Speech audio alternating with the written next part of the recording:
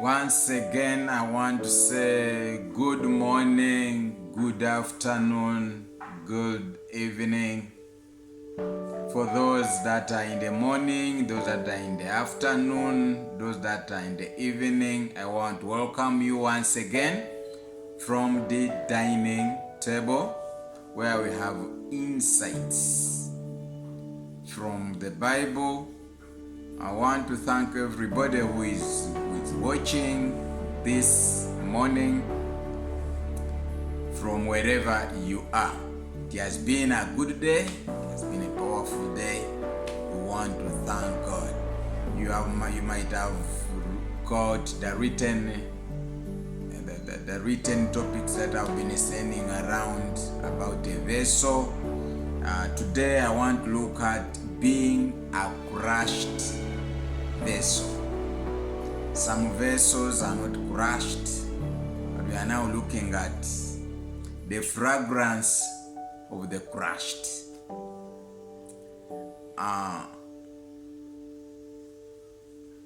We have to maintain the posture of the spiritual poverty in the midst of public success. In my written word, I was sharing about when people begin celebrating us, pride comes in. Can we remain humble?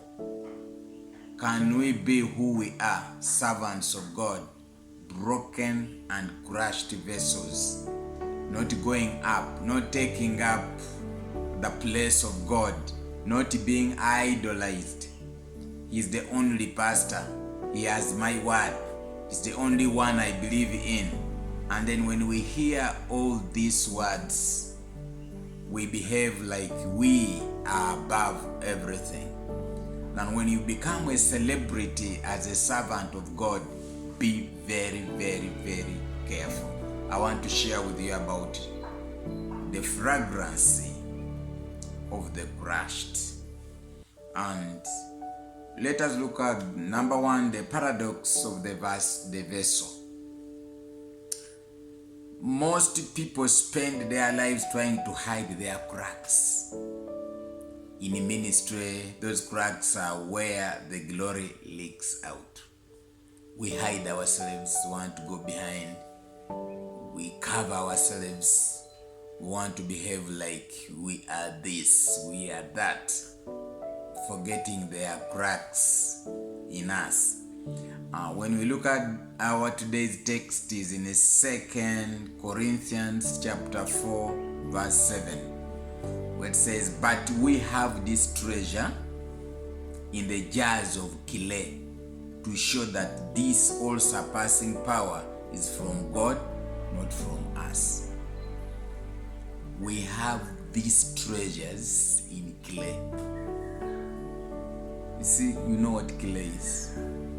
It's not iron, it's not copper, it's not steel, it's clay. The treasure is in clay. So a jar of clay is common, it's fragile, it's cheap. The value is entirely in the content, not in the container. That is it. Clay is very cheap. You can get it anywhere. When it rains, you pick it anywhere. Clay, of all the things that I know, clay is the cheapest of the cheap. But in that clay, what is important is the treasure, not the clay. You are the clay, not the treasure. So the value is entirely in the content, not the container. The content, what is in you, is where the value is. So don't come up, don't raise up, feel like you, I am that one. The alabaster jar principle. When you look at the scripture context in Mark chapter 14 verse 3, The perfume was worth the year's wage, but it could not fill the room with its fragrance until the jar was broken. The glass jar. When in the jar, very expensive treasure. When you read Mark, very expensive. But until the jar was broken, that's when the smell came out. Until you break down, that is when the perfume, the fragrance, the treasure will come out. Until you leak.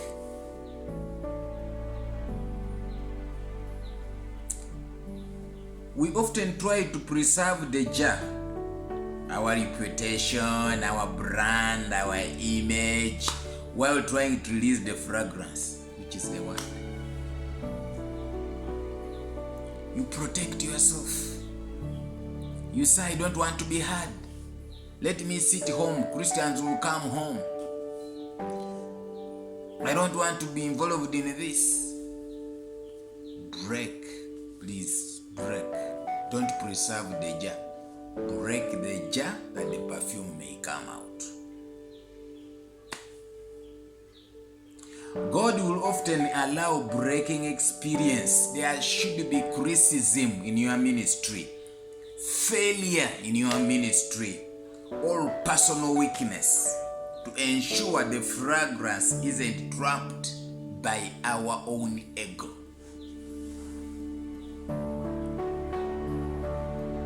That is it.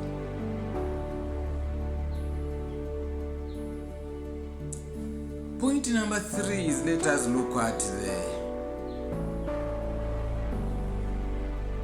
a principle that I've called Saul's armor.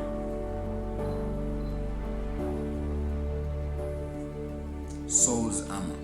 In Samuel chapter 17, David refused Saul's armor because he hadn't tested it.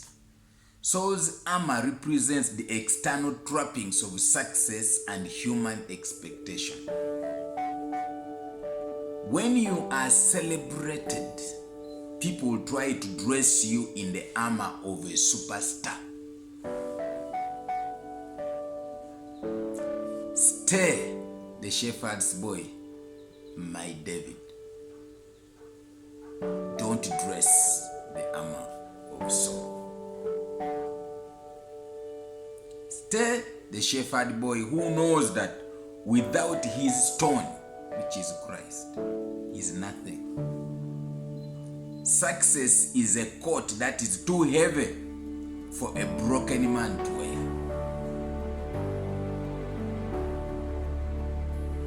Don't put on Saul's armor. Get David's stone. Then point number 4. It's the third day testimony. The concept of resurrection only happens to things that have died. If you want to see the power of the resurrection in your ministry, you must stay in a state of daily dying. 1 Corinthians 15:31. Die daily. Don't be a super. Don't be a hero. Die daily. A minister who hasn't died to the praise of men will eventually kill the move of God by trying to control it. I want you to take a moment to list 3 things, 3 you are currently being praised for.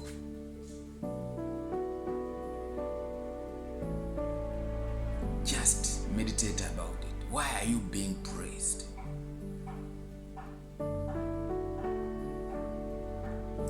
Pray that God may help you, that you die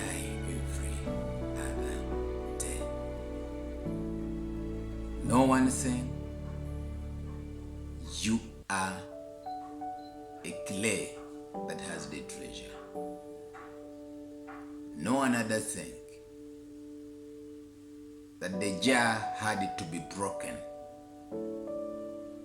that the smell, the fragrance may fill the room. And know one thing, never put on the armor of Saul. Have stone your Christ. And lastly, learn to die every other day. Christian Family Fellowship, deeper roots, wider reach.